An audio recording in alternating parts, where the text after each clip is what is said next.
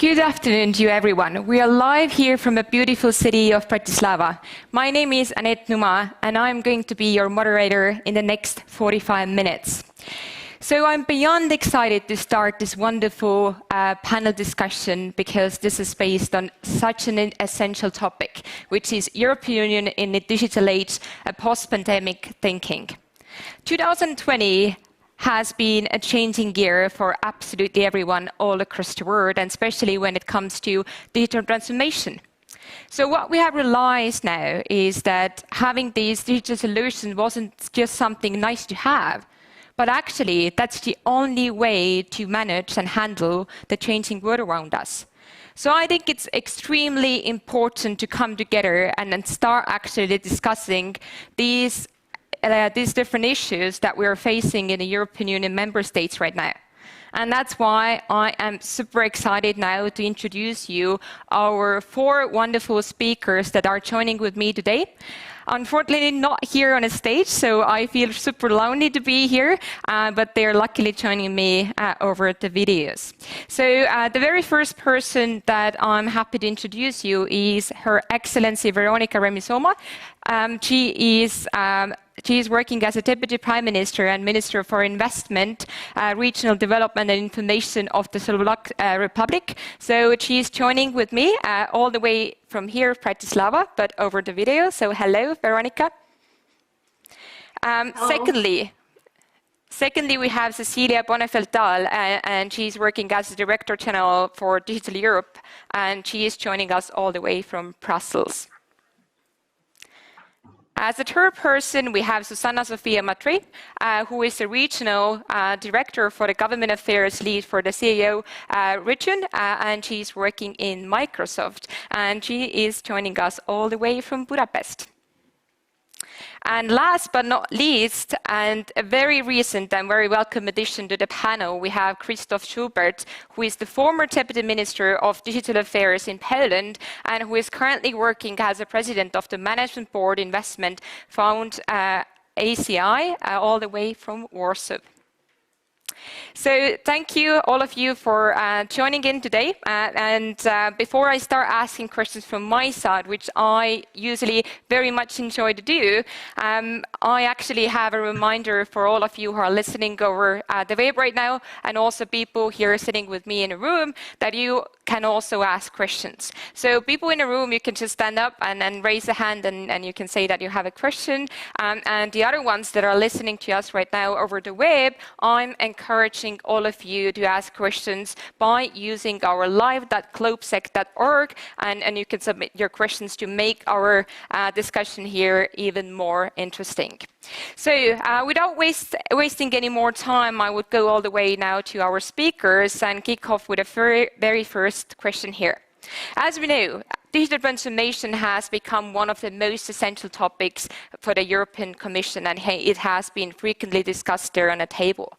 However, the base of the development process and different strategies in the European member states are terribly different. And when we think about different countries, then there are countries that are way lagging behind, and then there are some other countries that are way more advanced.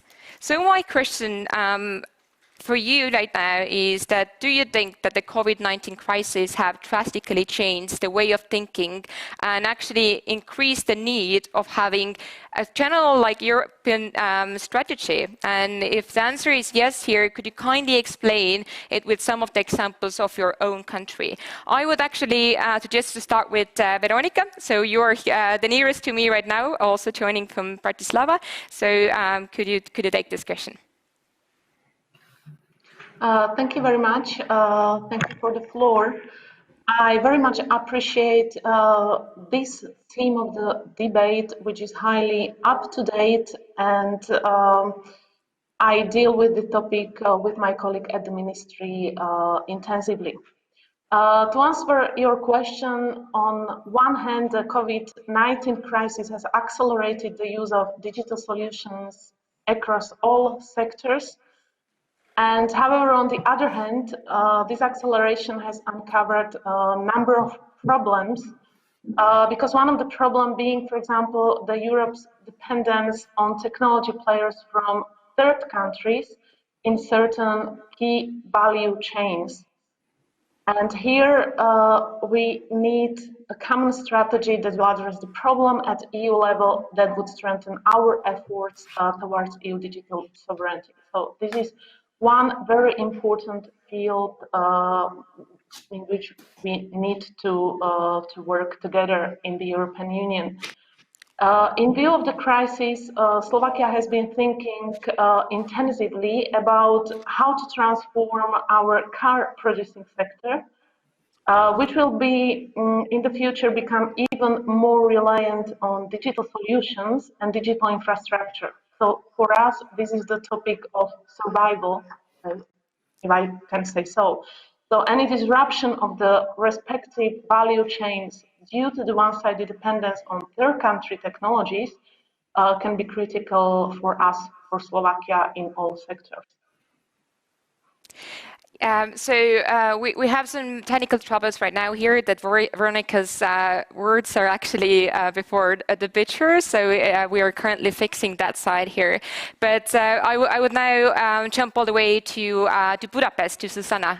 Could you answer this question also regarding what's your point of view from your organization? Thank you very much, Annette. I also experiencing some delay when talking, but I don't know how is it for the others. I can hear you, but with some delay. First of all, what I would like to say is that we at Microsoft here are extremely delighted to be here at GLOBSEC Forum, especially because GLOBSEC Forum provides an excellent opportunity for dialogue between public and private partners.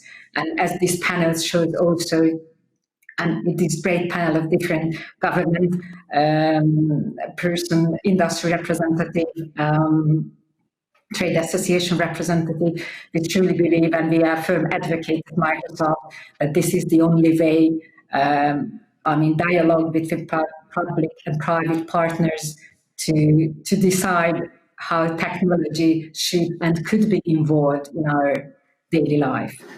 And you're right, the pandemic has shown the tremendous needs of the first thing that I would say is the skilling, definitely, that we have seen, as our CEO Satya Nadella has said once, we've seen 2 years of digital transformation in 2 months.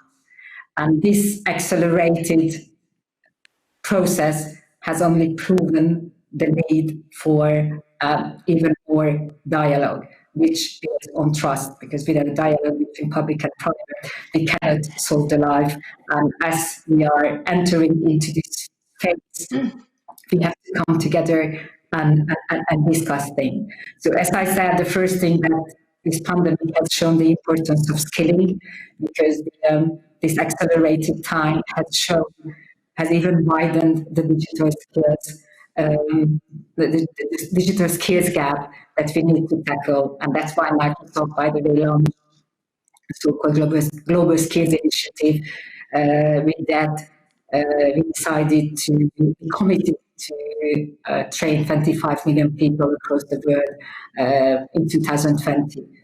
The other thing that is extremely important, and I'm really happy, and we are very happy to see that also the European Union is taking this path, is to see how technology interacts in our daily life, and we should take this in a very responsible manner.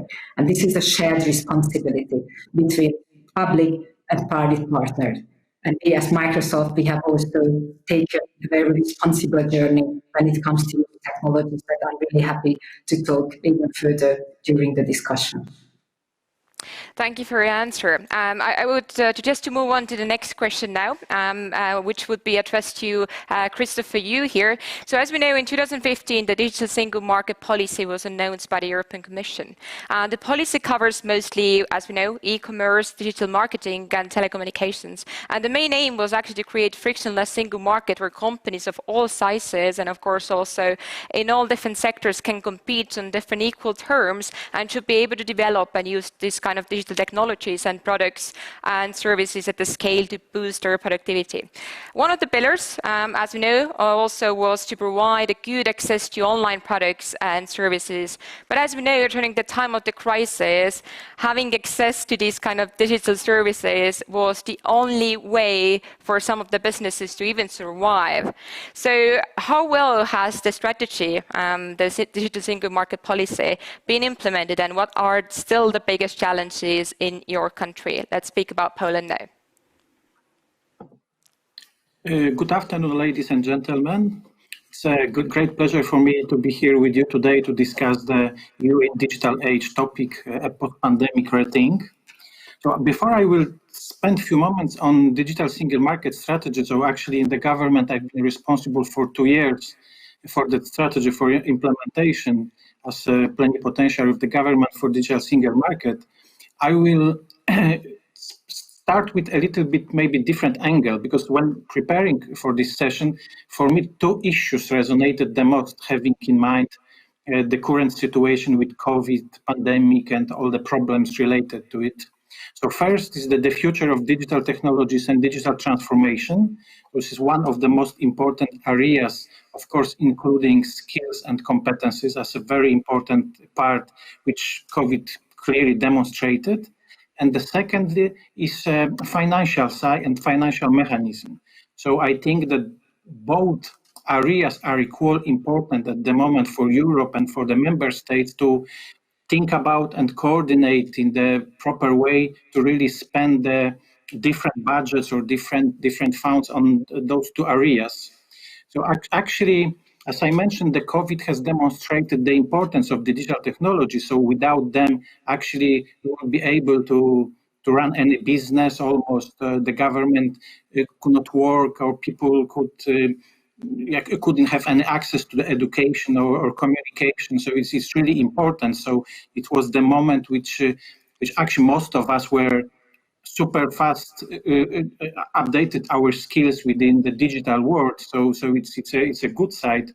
But the other side is to really to be sure where we are all going together. And digital single market as the biggest strategy in the past, and still the elements of the strategy, they are still on the way, is the most important to really take care of. I just remind you that the size of the strategy was almost 415 billion euro, the amount the completed digital single market could contribute to the European economy. So significant value. Now we see more and more the importance of the elements of the strategy, starting from the technologies like 5G, or the next steps maybe 6G or others, different technologies which are mentioned always together to different European programs like artificial intelligence or cybersecurity or high power computing, all those technologies which will help us to really survive and to really move our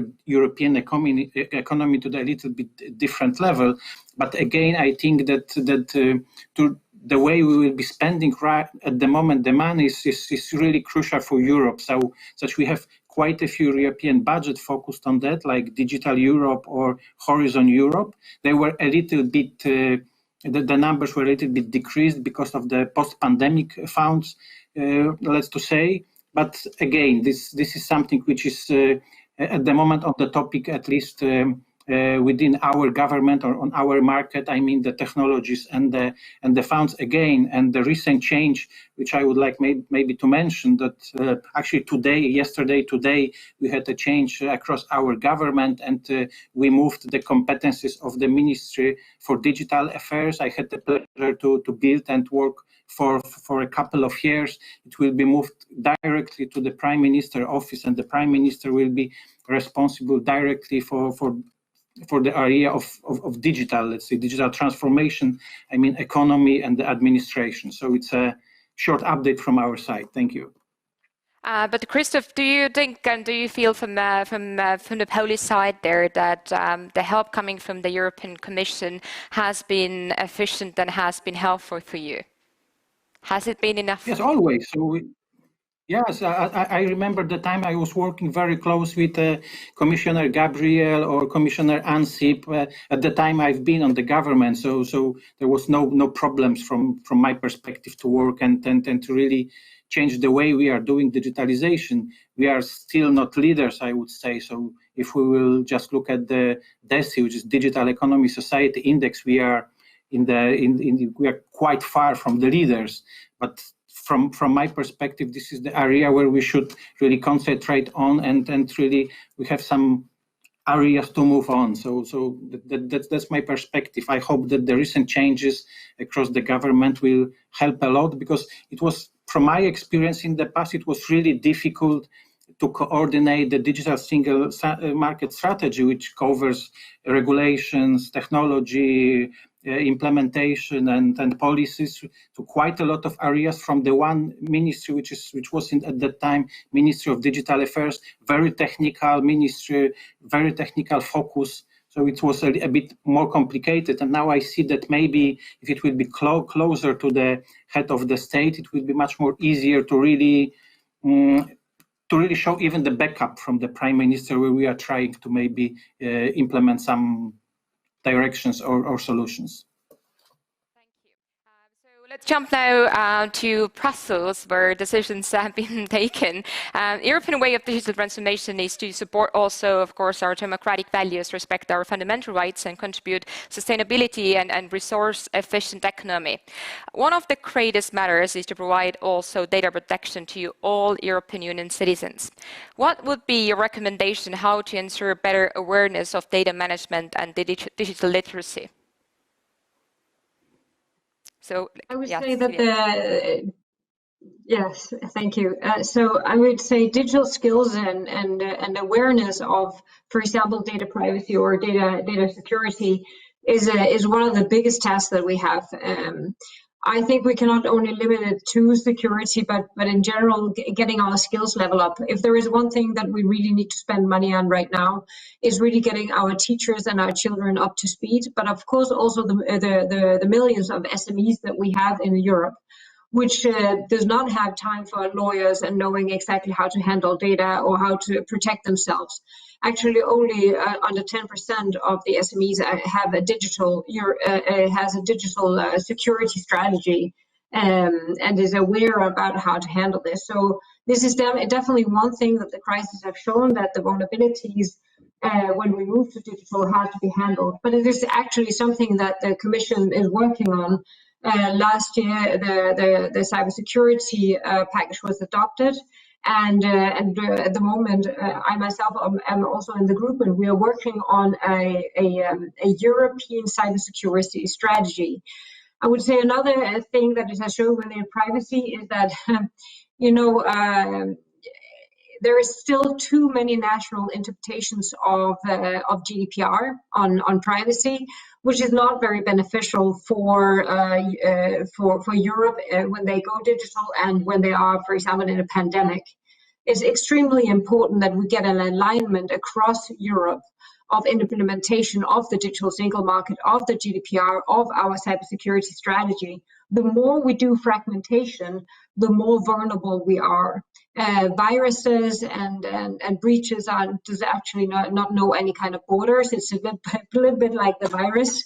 It doesn't really care what country it lives in. So it has really shown the necessity of countries to work together in Europe as a team and not as a single nation state on this one. So do you feel you have much more work to do now after the crisis, when the entire European Union has realized that digital transformation is the only way to go? Yes, definitely. Actually, I think Brussels has taken quite lead with the digital single market on the regulatory agenda, also in the past. And I would say that Europe is more or less, I would say, the best and best in class on digital regulation right now. We have GDPR, we are extremely aligning and upgrading with our cybersecurity regulations, our consumer regulations very strong. So I would say we are maybe the continent in the world, regulation-wise, that is most ready to embrace digitalization. Now, after the crisis, what we have seen is that the understanding of the importance of investment is really coming to the table. There's a joke saying, China has the data, US has the money, and we have the regulation. And, with the regulation, it's good. We have the base, everything is in place. Now we're really to boost the uptake. And we've seen the Commission now, Ursula von der Leyen came out with a recovery package. It's 750 billion euros that has to be spent in the next coming years on the recovery of the economy, and 20% will have to be spent on digital. And here we even hear some prime ministers saying, like, what exactly do I spend it on? So one of the things that we have done from industry is really to map. In 2 weeks, we will publish a investment plan for Europe, a digital investment plan for Europe, with really concrete projects for inspirations for the member states and for the European Commission on how to invest. And digital skills, cybersecurity, data availability, not least. Europe actually decided quite a long time ago to make available public data, but a lot of the governments simply haven't had the capacity and the money to release those data. This is one of the things that can really create the second growth wave after the COVID crisis. And this is one of the suggestions that we have in our investment plan. You're doing a great job, and I hope that's going to help a lot of countries to develop this service. But I would suggest now to jump back to Budapest, to Susanna, and let's talk about now the public-private partnership. How do you see European Union doing by the view from the private sector representative here? Do you think you can be a help for the European to make this process more efficient and accelerate this process much faster? Thank you very much, Annette. No doubt. We've been extremely happy, and especially, for example, with Cecilia, also with the Digital Europe, and we know the government and leaders. We've been working very closely on making this digital transformation a much smoother journey. And what is very important here, what I have to say, is definitely trust between public and private partners. And just let me say one personal note. I'm coming from, before joining Microsoft, I was a civil servant for 20 years. And I can tell you that during these 2 decades, I hardly met any industry players or representative. And spending 3 years in Microsoft, I feel like wish I have had more chance to meet those people, and I would understand much better. I would have understood much better at that time the need for a much closer relationship. And for example, if you look at the cybersecurity that some of the panelists also mentioned, that pandemic showed as one of the most important areas that we have to work even more closely. This is an area, for example, that we have seen a tremendous and very nice partnership led by the French government, and we, as a company, we've been very much supporting the so-called Paris Code, the first ever bigger cooperation between public and private partners, academia, to commit to cyberspace, cyber peace. And so this is definitely one way. The other area which I would mention, that also some panelists mentioned, the regulation side. We've been extremely happy to see that also European Commission has taken a firm step on when it comes to regulation to new technologies, especially artificial intelligence. And we've been also working hand in hand and providing inputs to the white paper, and we were extremely happy to see that the ethical principles that we have been advocating as one of the first industry, we've been seeing this reflecting also in the white paper, because for the moment, as you all know, regulation when it comes to new technology, especially AI regulation, we don't see that many. However, we truly believe that if you want AI to be used wisely, you need to, at least for the moment, self-regulate yourself, which should be based on 6 ethical principles that we have put in forward. So what I can tell you that it's a common journey, and we've been also very happy to work with all the governments, also with the whole European Commission, European Parliament, and all the important European stakeholders. And it's not by coincidence, by the way, that, as you know, this is something, the new technologies, this new change that it has been very intrusive into our daily life. This is a matter of everybody. So industries, governments, lawyers, trade association, academia should get together and decide together, and also the people, how we want this new technology to transform our life. Thank you, Susanna, and thank you for bringing up also the topic of AI, which is becoming more and more important. And my question is, are member states' legal backgrounds ready to accept AI? I'm coming all the way from Estonia, where we have already accepted AI, but it took us for many years to repair the legal background for that. So I would jump all the way to Veronika and ask how Slovakia is doing by preparing the legal backgrounds to accept the AI. At the EU level, we are currently at the beginning of the discussion how to adapt the legal framework to challenges brought by development of artificial intelligence and its applications. And it is very likely that EU, but also the national system, will have to be modernized in quite a few aspects. And Slovakia has just published its national position on questions put forward in the EI White Book. We are supporting the approach toward trustworthy artificial intelligence, which means lawful, respecting all applicable laws and regulation, ethical, which is respecting ethical principles and values, and robust, both from a technical perspective while taking into account social environment. Secondly, we are aware that artificial intelligence is something which could be very helpful in for provision of government services. So as a ministry, we are taking several initiatives towards public-private partnerships with academic institutions, with private partners, to develop tools how to use artificial intelligence to work with data, to explore data, to make data more open. We also plan to use artificial intelligence tools to combat hoax and disinformation, so hybrid threats. And when now Slovakia is currently preparing the investment plan for recovery fund, for Next Generation Europe funds, which we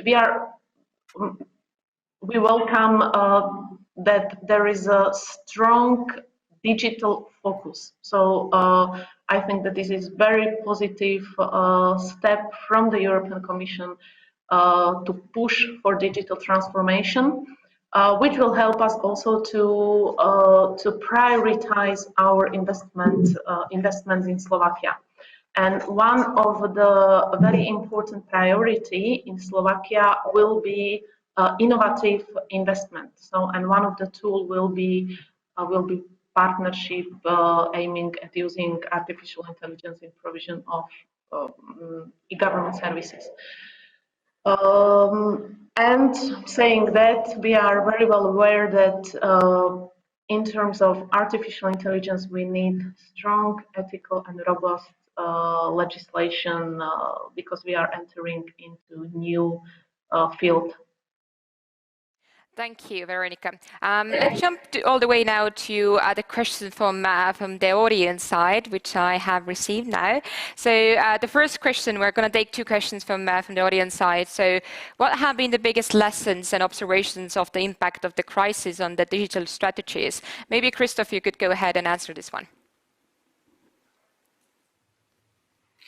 Yeah, from my perspective, which is the good side of the pandemic crisis, if I would say, is that most of the governments, they realize how the technology is important those days.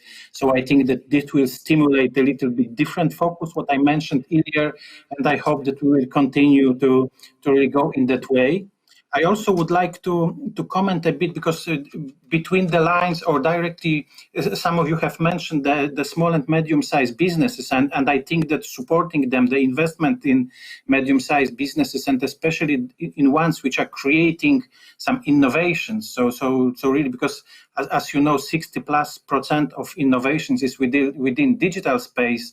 So I think that supporting them, and especially from different funds perspective, not only European funds or national funds, but also the private funds, I mean the private equity or venture capital funds, they are very much in the right moment to really be focused on the right companies to help them develop the products for the future, and really to move the European economy maybe to a little bit different level. Because we mentioned already, as Cecilia mentioned, that the China and US, and always we are discussing pretty often this triangle, Europe, US, China. So if we will be not working together, we will be not able, very likely, to compete with those two giants, I would say. And we have a little bit also approach much more on the policy side. So I think that also the good recommendation maybe will be not to focus too much on the policies and not to over-regulate the market too much, because in the end, the digitalization of administration is very important, but in the end we have to also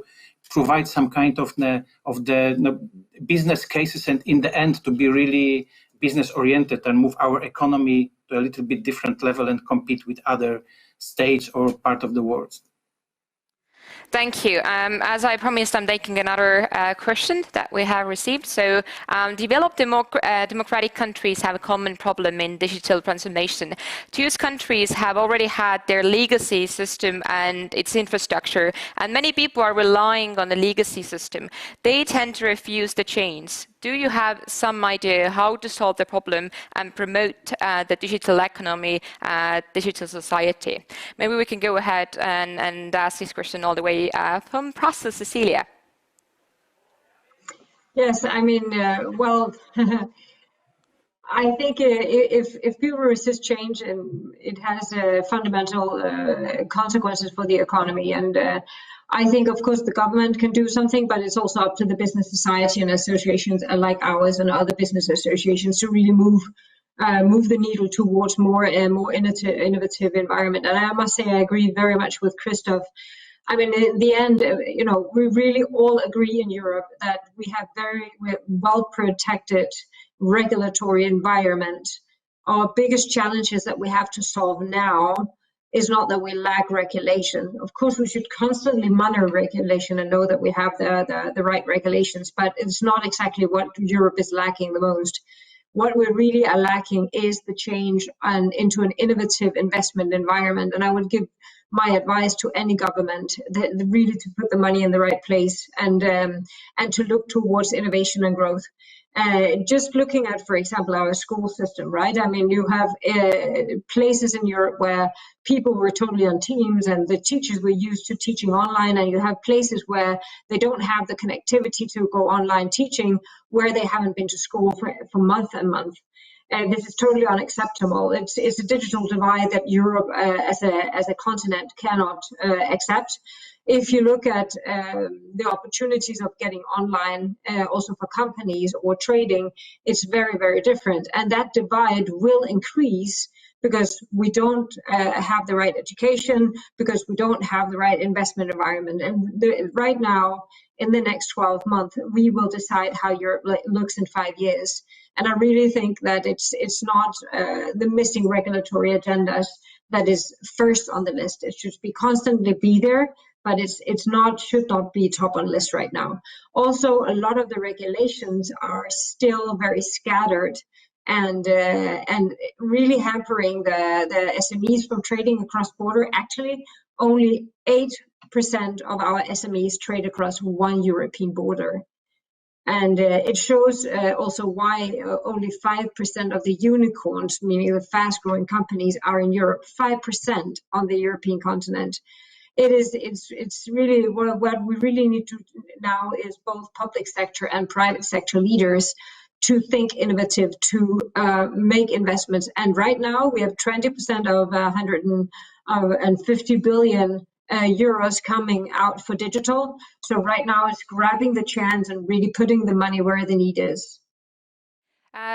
Cecilia, do you feel that there would be like opportunity or a way to also start doing such thing as hackathons on a European level to get closer to the European citizens and show that their ideas matter, and then we can actually create also different companies, as you said, like different unicorns maybe in one day from one kind of startup. Do you see potential there? I definitely do. I started 3 years ago something called the Digital Europe Unicorn, where all the countries actually nominate, for example, their most innovative tech company in the country, and they all compete against each other. And the innovation potential we see there and the growth potential is really immense. And the EU has also just founded something called the Innovation Council, where these companies can actually search for funding and grants to grow. I mean, it cannot stand alone, but for sure, I mean, with digital technologies as we do right now, it's also a chance for the politicians and for the Commission and for the parliaments to get even closer to both national policymakers, but also the national citizens, and have that more agile policy making. As you probably read, I have my ideas about agile policy making and how to do that. I think, you know, the businesses have to learn it in the aid crisis, when all the travels was closed down basically due to financial constraints. A lot of the companies had to change the way that they work. Now it has come to democracy, right? How do we get closer to our citizens? How do we get closer, the political processes closer to the citizens and to the businesses that really needs us? So yes, definitely, it's a huge chance.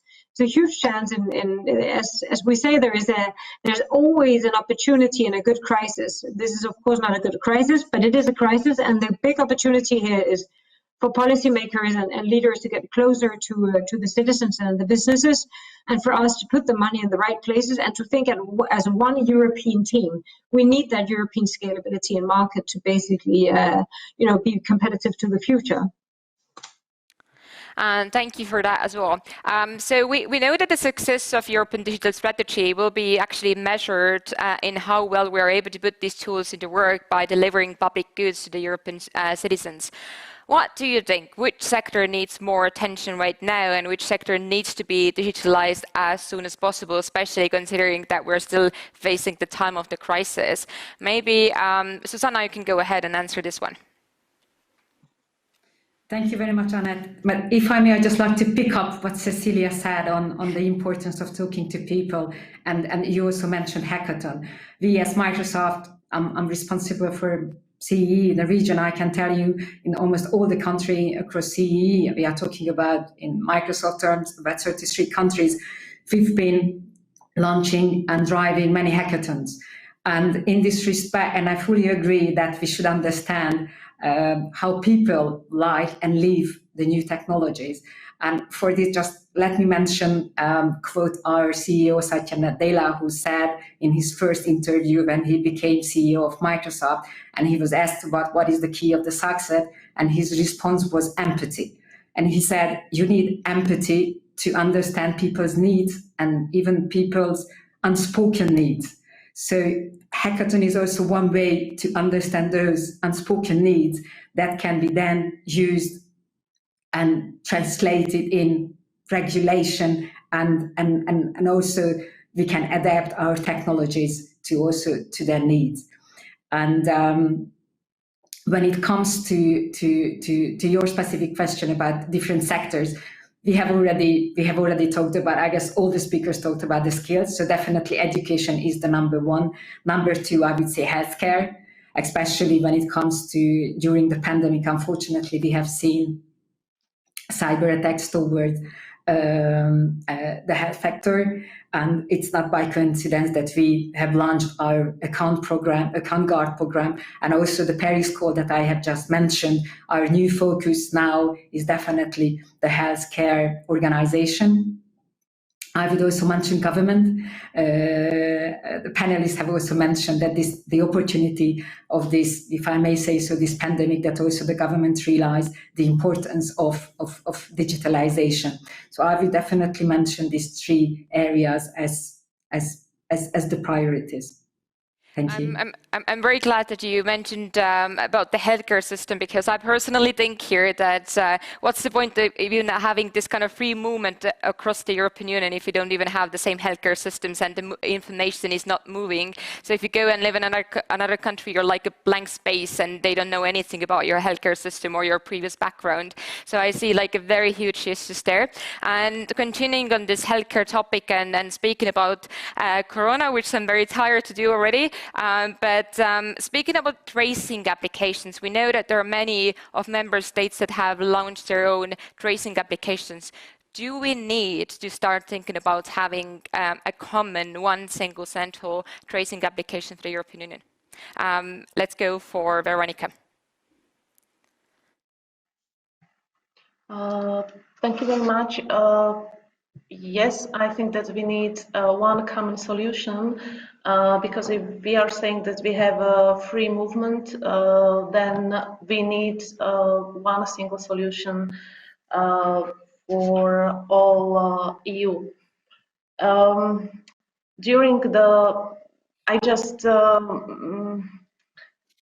will just mention 3 lessons that Slovakia took from the COVID crisis, and the first lesson was connectivity.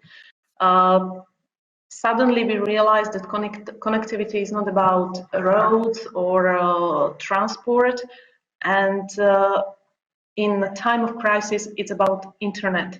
So this was first lesson, that we need to really invest in the digital infrastructure and the connectivity. The second lesson was that we need to invest in digital skills in Slovakia and digital state solution. And here I'm speaking about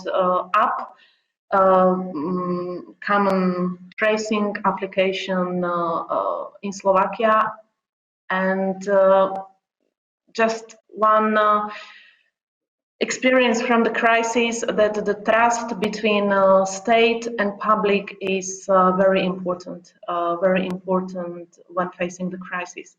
And we have an e-quarantine app in Slovakia during the crisis, but what is the most difficult thing in to get people use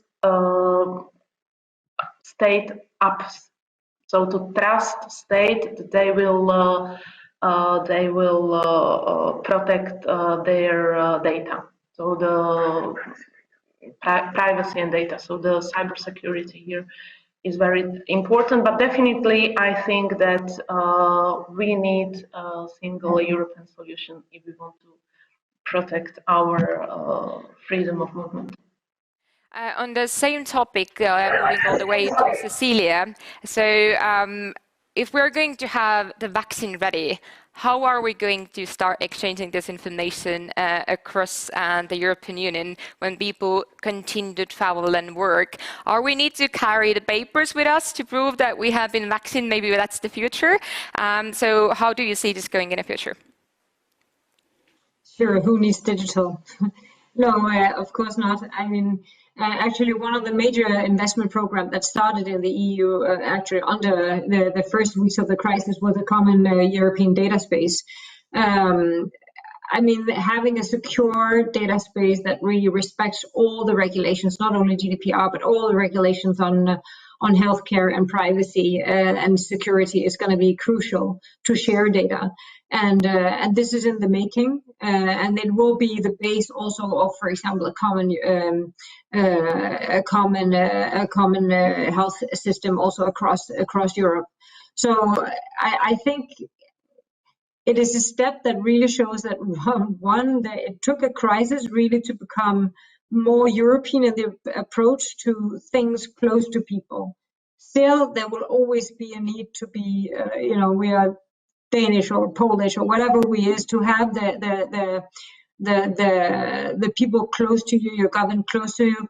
But I think we are seeing now that the European leaders are really kind of stepping closer together and really also handling things that are close to citizens not only the big financial things that they need to handle, but also things like health, things like education, things like investing in the SMEs and finding methodologies of doing so. And this is extremely important. And this is a development I hope that we will see continue after the crisis, that the fundamental things and services in public life for citizens is being handled in a one team in Europe, because it's the only way to go forward. I mean, for the health, for healthcare, I mean, the diseases and the problems, it doesn't really care what country they're in. And if you have to see it from the citizen side, we need to have a common system so we can move freely across border, that we can be taken care of in the same way, and that, of course, handles our data in a safe and secure way across border. Yeah, I have to cut you off here, Cecilia. Thank you for the answer. We're running out of time now, so to sum it up, I would say that the digital transformation can only work if it works for everyone, not only for the few people. So information about the next session now, this is going to happen here in less than 5 minutes now, and together with the European Union's very first chief prosecutor, and in the Hubs Group room, we are going to have a subject which is Americans' upcoming election, which is super exciting. So you can also stay tuned there, stay healthy. And I would now like to thank our panelists. Thank you for your amazing answers. And I hope that panel discussion was interesting for all of you who were listening. So have a fantastic day and stay tuned. Thank you. Thank you.